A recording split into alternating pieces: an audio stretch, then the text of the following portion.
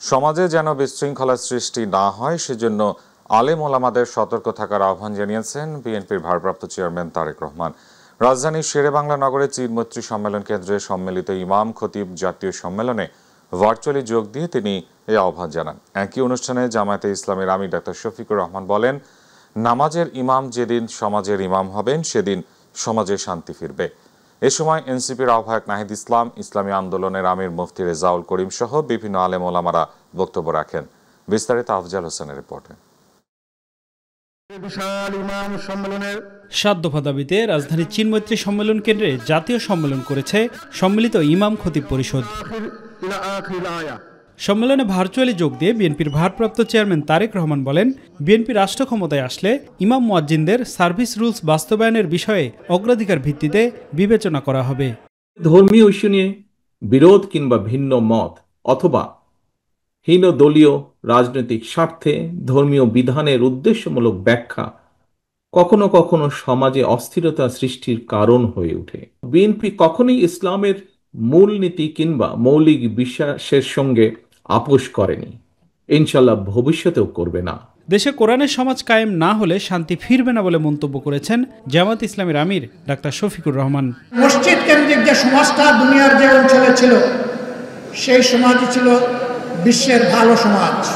নবীজির এই সমাজকে বাদ দিয়ে মন গড়া কোনো মতবাদ তন্ত্র মন্ত্র দিয়ে যে সমাজ গড়া হবে সেই সমাজ আল্লাহর কসম দুনিয়াকে শান্তি এবং সম্মান দুটার কোনোটাই দিতে পারবে না।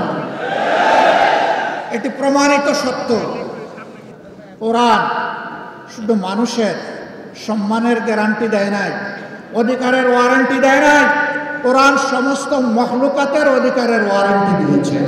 অনুষ্ঠানে আরো বক্তব্য রাখেন ইসলামী আন্দোলনের আমির মুফতি রেজাউল করিম, এনসিপির আহ্বায়ক নাহিদ ইসলাম, গণ অধিকার পরিষদের সভাপতি নুরুল হক নূর এবং দেশ বরেণ্য আলেমগণ। ইনসাফ ও মানবিকতার বাংলাদেশ প্রতিষ্ঠা করতে হবে।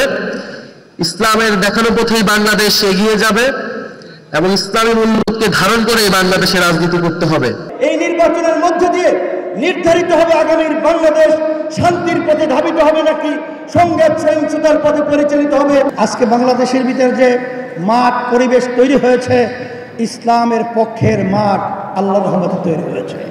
আজকে যদি ইসলাম রাষ্ট্রীয় পর্যায়ে ক্ষমতা যায়, এই দাবিগুলো বাস্তবায়ন আল্লাহর রহমতে 1-2-র মধ্যেই বাস্তবায়ন হবে ইনশাআল্লাহ। মসজিদের যিনি সভাপতি হবে, যিনি সেক্রেটারি হবে, ইমামের অনুপস্থিতিতে নামাজ পড়াইতে সক্ষম, ইমামতি করতে সক্ষম এমন ব্যক্তি হতে হবে। এই দেশকে যদি নিরলসভাবে নিঃস্বার্থভাবে কোনো মানুষ ভালোবাসে, ওলামায়ে কেরাম হলেন সেই মানুষগুলো। অনেকে আছেন যাদেরকে হয়তো পার্শ্ববর্তী দেশ গ্রহণ করবে, অনেকে হয়তো আমেরিকা গ্রহণ করবে।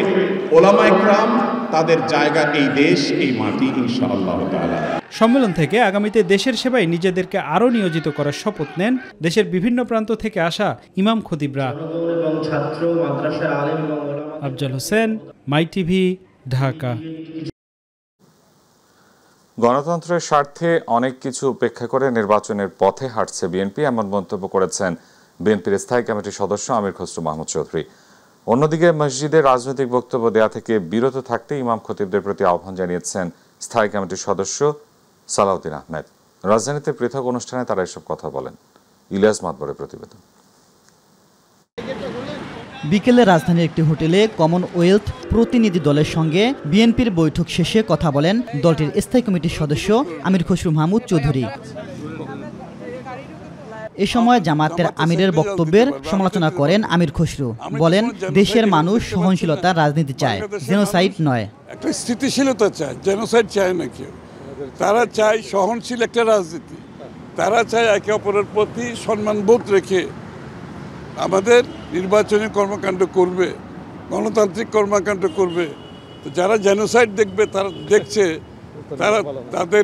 তারা কি চায় তারা বলতে পারবে। এর আগে বাংলাদেশ মেডিকেল বিশ্ববিদ্যালয়ের ডক্টর অ্যাসোসিয়েশন বাংলাদেশ ড্যাবের আয়োজনে আলোচনা সভায়ও কথা বলেন আমির খসরু।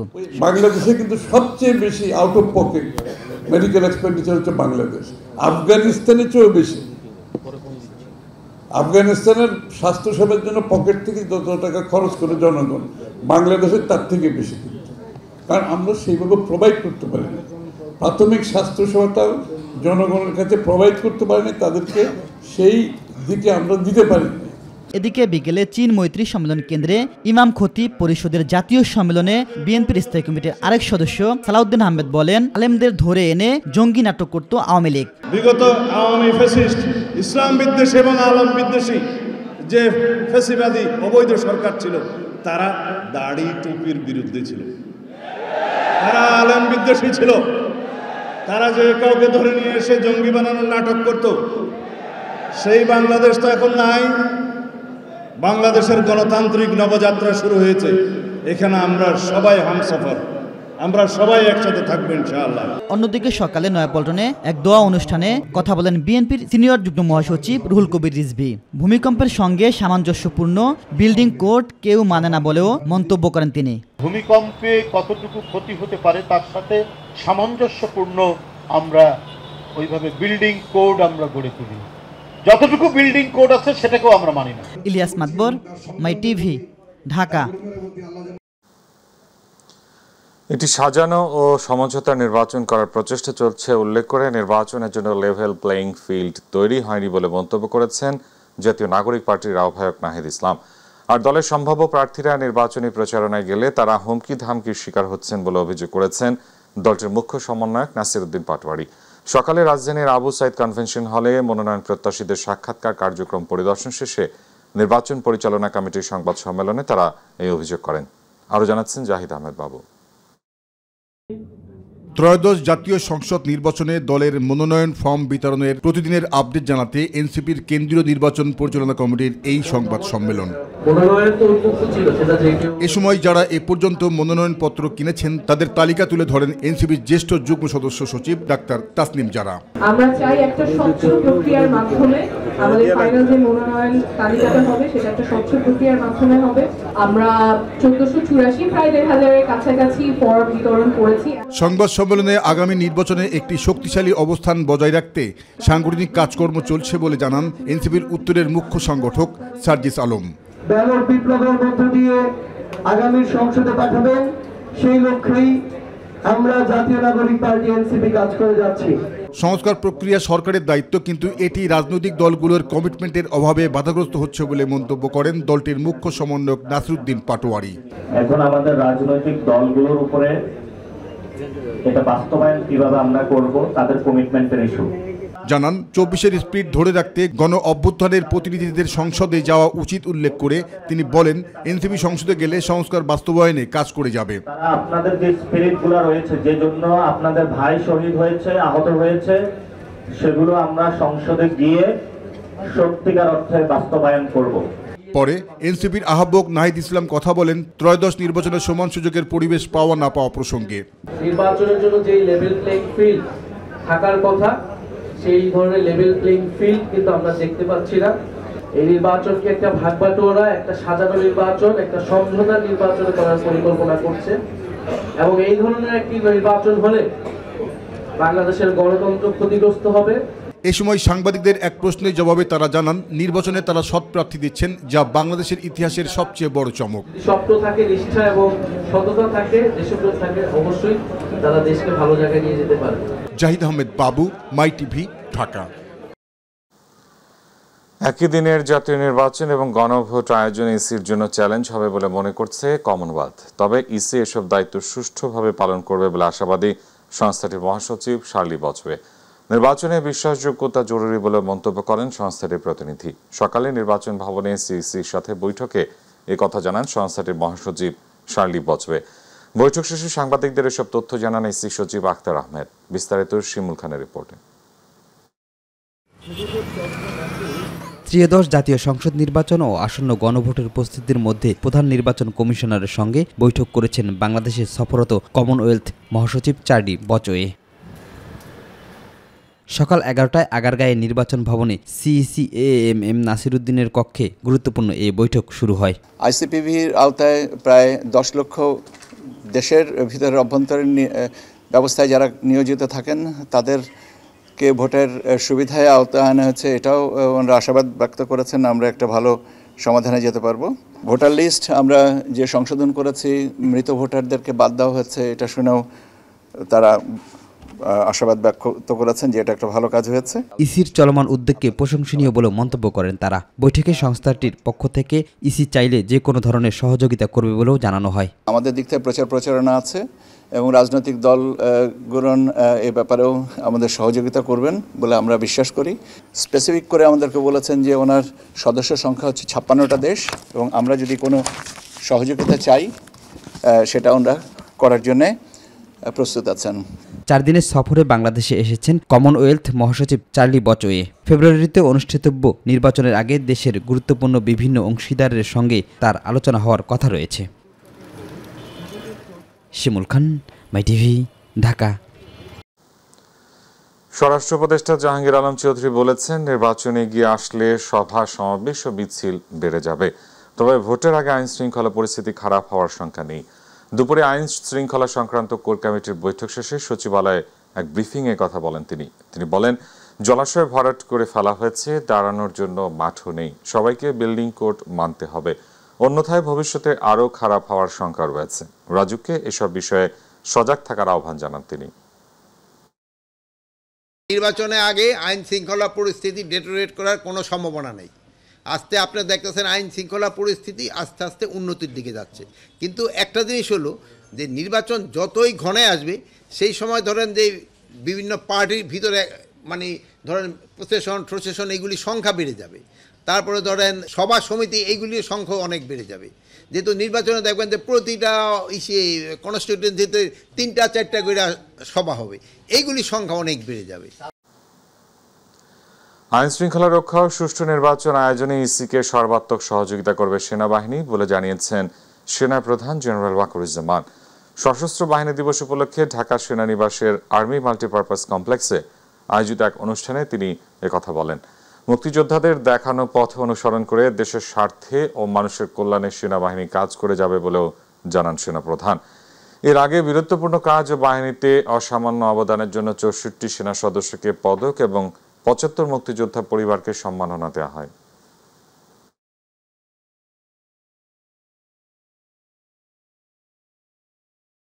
সম্প্রতি সময় বাংলাদেশ সেনাবাহিনীর সদস্যগণ ইলেকট্রিক সিভিল পাওয়ারে দেশের আইন শৃঙ্খলা রক্ষার কাজে নিয়োজিত আছে।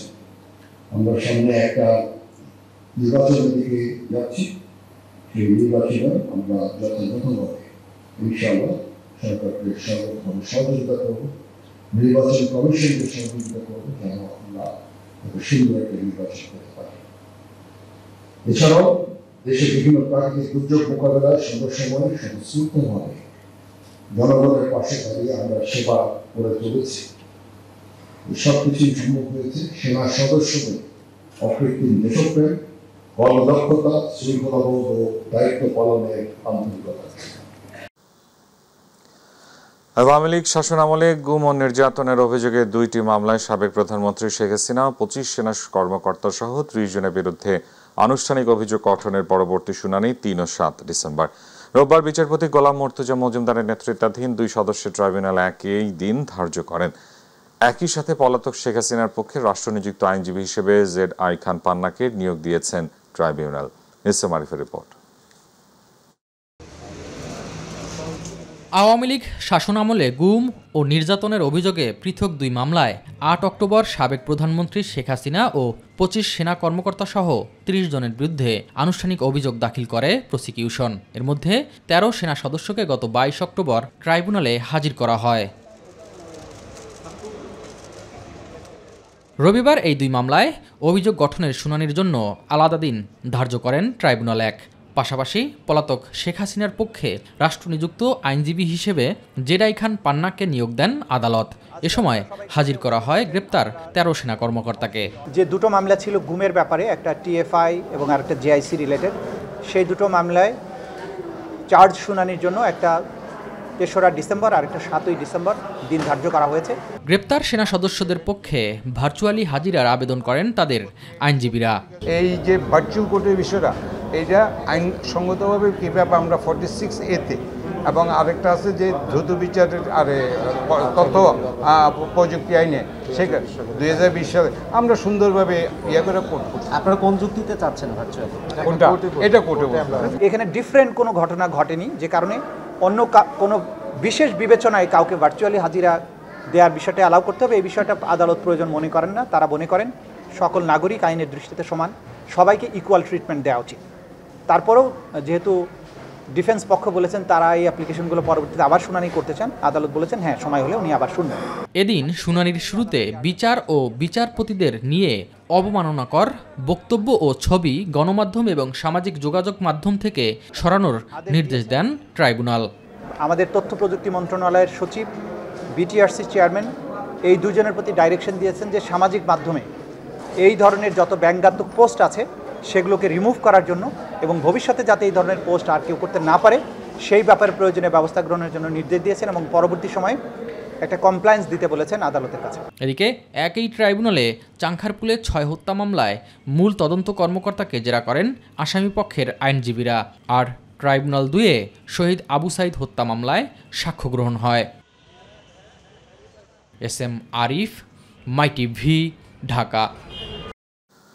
ক্ষমতার অপব্যবহার করে রাজধানীর পূর্বাঞ্চলে নতুন শহর প্রকল্পে সরকারি জমি বরাদ্দ নেয়ার অভিযোগে সাবেক প্রধানমন্ত্রী শেখ হাসিনা সহ 12 জনের বিরুদ্ধে দায়ের করা দুর্নীতির এক মামলায় আগামী 27 নভেম্বর চূড়ান্ত রায়ের দিন ঘোষণার জন্য নির্ধারণ করেছেন আদালত।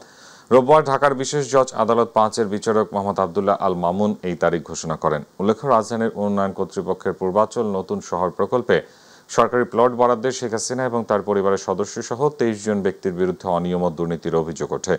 গত বছরের ডিসেম্বর থেকে এসব অভিযোগের তদন্ত শুরু করে দুর্নীতি দমন কমিশন। ভূমিকম্প পরবর্তী উদ্ভূত পরিস্থিতি জরুরি পরিস্থিতিতে আগামী 6 ডিসেম্বর পর্যন্ত ঢাকা বিশ্ববিদ্যালয় বন্ধ ঘোষণার পর সকাল থেকেই হল ছেড়েছেন শিক্ষার্থীরা। প্রয়োজনীয় জিনিসপত্র নিয়ে বিভিন্ন হলে শিক্ষার্থীদের হল ত্যাগ করতে দেখা গেছে। ভূমিকম্প আতঙ্কের পর বিশ্ববিদ্যালয়ের প্রশাসনের এমন সিদ্ধান্তকে স্বাগত জানিয়েছেন অনেক শিক্ষার্থী। বলেন, এ সময়ে যতটুকু সম্ভব সংস্কার করলে ঝুঁকিমুক্তভাবে হলে থাকা যাবে। শিমুল খানের রিপোর্ট। রবিবার সকাল থেকেই প্রয়োজনীয় জিনিসপত্র নিয়ে বিভিন্ন হলের শিক্ষার্থীরা হল ত্যাগ করেছেন। আগামী 6 ডিসেম্বর পর্যন্ত বিশ্ববিদ্যালয় বন্ধ থাকবে বলে ঘোষণা দেন কর্তৃপক্ষ। ভূমিকম্পের আতঙ্কে বিশ্ববিদ্যালয় প্রশাসনের এমন সিদ্ধান্তকে স্বাগত জানিয়েছে শিক্ষার্থীরা, তবে মিশ্র প্রতিক্রিয়াও রয়েছে। অনেক শিক্ষার্থীরা বলছেন, এমন পরিস্থিতিতে বাধ্যতামূলক হল ত্যাগের নির্দেশনা বিশ্ববিদ্যালয়ের শিক্ষার্থীদের আবাসন সংকটের স্থায়ী সমাধান নয়। একটা দীর্ঘমাত্রার ভূমিকম্প হওয়ার কারণে আমরা সবাই একটু আতঙ্কিত। তাছাড়া প্রশাসন থেকে বলা হয়েছে বাধ্যতামূলক হল ছাড়ার জন্য, যদিও এটা যৌক্তিক না, অনেকের দ্বিমত আছে। পরিমাণে ভূমিকম্প হচ্ছে, যখন তখন বড় একটা ভূমিকম্প হলে আমাদের বিল্ডিংগুলো বেশ ঝুঁকিপূর্ণ, পুরনো বিল্ডিং তো যখন তখন ধসে পড়তে পারে। এই জন্য এখন মনে হয় আমাদের কয়েকদিন একটু ঢাকার বাইরে থাকাই ভালো হবে। আমি অ্যাকচুয়ালি শকড যে 15 দিনে প্রশাসন এমন কি করে ফেলবে যাতে বিল্ডিংগুলো আবার সেফ হয়ে যাবে, এটা আমরা আসলে জানি না। অনেক শিক্ষার্থীরা বলছেন, হল ছাড়ার জন্য কমপক্ষে 2 দিন সময় দেওয়া উচিত ছিল। এভাবে একদিনের মধ্যে হল ছাড়তে বলা অনেকের জন্য কষ্টকর। আতঙ্কগ্রস্ত, কালকে রাতে ঘুমাতে পারি নাই, সবসময় মনে হইতেছে কাঁপতেছি বা উপর থেকে খুলে পড়তেছে। আমি বাধ্যতামূলকভাবে যাচ্ছি, তো হল ছাড়তে বলা হচ্ছে তাই যাচ্ছি। বিভিন্ন মহল থেকে লোক এনে এখানে পরীক্ষা নিরীক্ষা করবে, অবশ্যই এটা ভালো সিদ্ধান্ত, কিন্তু এটা কার্যকারিতা কেমন হবে তা নিয়ে আসলে প্রশ্ন থেকে যায়। ভূমিকম্প পরবর্তী পরিস্থিতিতে আবাসিক হলগুলোর পুঙ্খানুপুঙ্খানু পরীক্ষা নিরীক্ষা ও সামগ্রিক ঝুঁকি অত্যাবশ্যক সম্ভাব্য সংস্কার কাজ পরিচালনার সুবিধার্থে হলগুলো খালি করা প্রয়োজন বলে মত বিশেষজ্ঞদের। শিমুল খান, মাইটিভি, ঢাকা। ভূমিকম্পের মতো অনিশ্চিত পরিস্থিতিতে বিদ্যালয় বন্ধ করে দেওয়া যাবে না বলে মন্তব্য করেছেন প্রাথমিক ও গণশিক্ষা মন্ত্রণালয়ের উপদেষ্টা অধ্যাপক ডাক্তার বিধান রঞ্জন রায় পোদ্দার। তিনি বলেন, ভূমিকম্প যে কোনো সময় হতে পারে, তাই আতঙ্ক নয় বরং সতর্কতা ও প্রস্তুতি এখন সবচেয়ে গুরুত্বপূর্ণ। বিদ্যালয়গুলোকে প্রয়োজনীয় সতর্কতামূলক নির্দেশনা ইতিমধ্যে পাঠানো হয়েছে। দুপুরে টাঙ্গাইল সদর উপজেলার কাতলি ইউনিয়নের বাগবাড়ি চৌবাড়ি সরকারি প্রাথমিক বিদ্যালয়ের নবনির্মিত প্লে গ্রাউন্ড উদ্বোধন শেষে সাংবাদিকদের প্রশ্নের জবাবে এসব কথা বলেন তিনি। ভূমিকম্পগুলো সবসময় অনিশ্চিত, ফলে এইভাবে আমরা বন্ধ করে দিতে পারি না। কিন্তু প্রাথমিক বিদ্যালয়গুলো কি করবে আমরা নির্দেশনা দিচ্ছি, ভূমিকম্পের জন্য কী ধরনের সতর্কতামূলক ব্যবস্থা নেবে এই নির্দেশনা আমাদের পক্ষ থেকে যাচ্ছে। এবং জানুয়ারি প্রথমে পাবে, প্রাথমিকের বই অবশ্যই পাবে, কারণ বইয়ের বেশিরভাগই ইতিমধ্যেই আমাদের একদম জেলা পর্যায়ে পৌঁছে গেছে। নির্বাচনী হলফনামায় দেশি সম্পদের পাশাপাশি বিদেশি সম্পদের হিসাব বিবরণীও দিতে হবে বলে জানিয়েছেন দুদক চেয়ারম্যান ডক্টর আব্দুল মোমেন। সকালে দুদকের সিলেট বিভাগীয় কার্যালয়ের ভিত্তিপ্রস্তর উদ্বোধনের সময় সাংবাদিকদের প্রশ্নের জবাবে এই কথা বলেন তিনি। এ সময় দুদকের নানা সীমাবদ্ধতার কথা তুলে ধরে সংস্থাটির চেয়ারম্যান আরও বলেন, 2008 সালে শেখ হাসিনার 5.21 একর কৃষি সম্পত্তি ছিল। তবে অনুসন্ধানে 29 একর সম্পত্তির সন্ধান পাওয়া যায়। সে সময় দুদক তদন্ত করে এটি বের করলেও ব্যবস্থা নেওয়া যায়নি। যদি এই ভবনের উদ্বোধনটা করা না লাগতো তাহলে আমি সবচেয়ে বেশি খুশি হতাম। সিলেট পুণ্যভূমিতে দুর্নীতি দমন কমিশনের অফিস কেন হতে হবে? এই পুণ্যভূমিতে যদি আমরা সবাই পুণ্যবান হতাম এবং আমরা যদি ধর্মের বিধিবিধান ঠিকভাবে মেনে চলতাম, তাহলে আমরা নিজেরা দুর্নীতি করতাম না এবং দুর্নীতি দমন কমিশনের এখানে বিভাগীয় কার্যালয় স্থাপন করার কোনো দরকার হতো না। সিলেটটা সারা বাংলাদেশের প্রেক্ষাপটে বলি, প্রথমত আপনার সম্পদ বাংলাদেশে থাকুক, ইংল্যান্ডে থাকুক, আমেরিকাতে থাকুক, আপনার সম্পদ, আমরা তো সম্পদ বিবরণী চাচ্ছি, আমরা তো বাংলাদেশি সম্পদ কতটুকু সে কথা বলা হচ্ছে না। সার কারখানায় ব্যবহৃত গ্যাসের মূল্য প্রতি ইউনিট 16 টাকা থেকে বাড়িয়ে 29.25 পয়সা নির্ধারণ করা হয়েছে, অর্থাৎ দাম বাড়ল প্রায় দ্বিগুণ। রোববার বিকেলে এক সংবাদ সম্মেলনে বাংলাদেশ এনার্জি রেগুলেটরি কমিশন নতুন এই দাম ঘোষণা করে। এর আগে গত 6 অক্টোবর গণশুনানিতে বিইআরসির কাছে পেট্রোবাংলা এবং গ্যাস বিতরণকারী কোম্পানিগুলো প্রতি ইউনিট গ্যাসের দাম 16 টাকা থেকে বাড়িয়ে 40 টাকা করার প্রস্তাব দেয়। পরে কমিশনের কারিগরি কমিটি প্রতি ইউনিট গ্যাসের দাম বর্তমান হার নির্ধারণের কথা জানায়। এর আগে গণশুনানিতে বিইআরসি চেয়ারম্যান জালাল আহমেদ বলেছিলেন, গ্যাসের দাম প্রশ্নে সব দিক বিবেচনা করে ভারসাম্য রক্ষা করা হবে। দাম বেড়ে গেলে সারের উৎপাদন খরচের বিষয়ে জনগণ চিন্তিত। ডেঙ্গুতে দেশে গত 24 ঘন্টায় আরও 8 জনের মৃত্যু হয়েছে। এ সময় হাসপাতালে ভর্তি হয়েছেন 778 জন। এ নিয়ে চলতি বছর ডেঙ্গুতে মৃত্যু হয়েছে 364 জনের। স্বাস্থ্য অধিদপ্তরের হেলথ এমার্জেন্সি অপারেশন সেন্টার ও কন্ট্রোল রুম থেকে পাঠানো প্রতিবেদনে এই তথ্য জানা গেছে। প্রতিবেদনে বলা হয়, গত 24 ঘন্টায় ডেঙ্গু আক্রান্ত হয়ে হাসপাতালে ভর্তি রোগীর মধ্যে বরিশাল বিভাগে 83 জন, চট্টগ্রাম বিভাগে 134 জন, ঢাকা বিভাগে 121 জন, ঢাকা উত্তর সিটি কর্পোরেশনে 129 জন, ঢাকা দক্ষিণ সিটি কর্পোরেশনে 81 জন, খুলনা বিভাগে 112 জন, ময়মনসিংহ বিভাগে 44 জন, রাজশাহী বিভাগে 48 জন, রংপুর বিভাগে 19 জন, সিলেট বিভাগে 7 জন রয়েছেন। এতে জানানো হয়, চলতি বছরের 23 নভেম্বর পর্যন্ত ডেঙ্গু আক্রান্ত হয়েছেন 90,264 জন। মানিকগঞ্জে ইসলাম ধর্মকে নিয়ে কটূক্তির মামলায় গ্রেফতারকৃত বাউল শিল্পী আবুল সরকারের মুক্তি ও ফাঁসির দাবিকে কেন্দ্র করে তৌহিদি জনতা ও বাউল ভক্তদের মধ্যে সংঘর্ষের ঘটনা ঘটেছে। এতে উভয় পক্ষের কমপক্ষে 10 জন আহত হয়েছে। সকালে মানিকগঞ্জ শহরের মানিকগঞ্জ সরকারি বালক উচ্চ বিদ্যালয়ের খেলার মাঠের পাশে এই ঘটনা ঘটে। যে কোনো অপ্রীতিকর ঘটনা ও অনাকাঙ্ক্ষিত পরিস্থিতি নিয়ন্ত্রণে অতিরিক্ত পুলিশ মোতায়েন করা হয়েছে। এই বিষয়ে মানিকগঞ্জের অতিরিক্ত পুলিশ সুপার আব্দুল্লাহ আল মামুন বলেন, এ ঘটনায় উভয় পক্ষের বেশ কয়েকজন আহত হয়েছে। আহতদের মানিকগঞ্জ সদর হাসপাতালে চিকিৎসা দেওয়া হচ্ছে। অভিযোগ পেলে তদন্ত করে আইনগত ব্যবস্থা গ্রহণ করা হবে।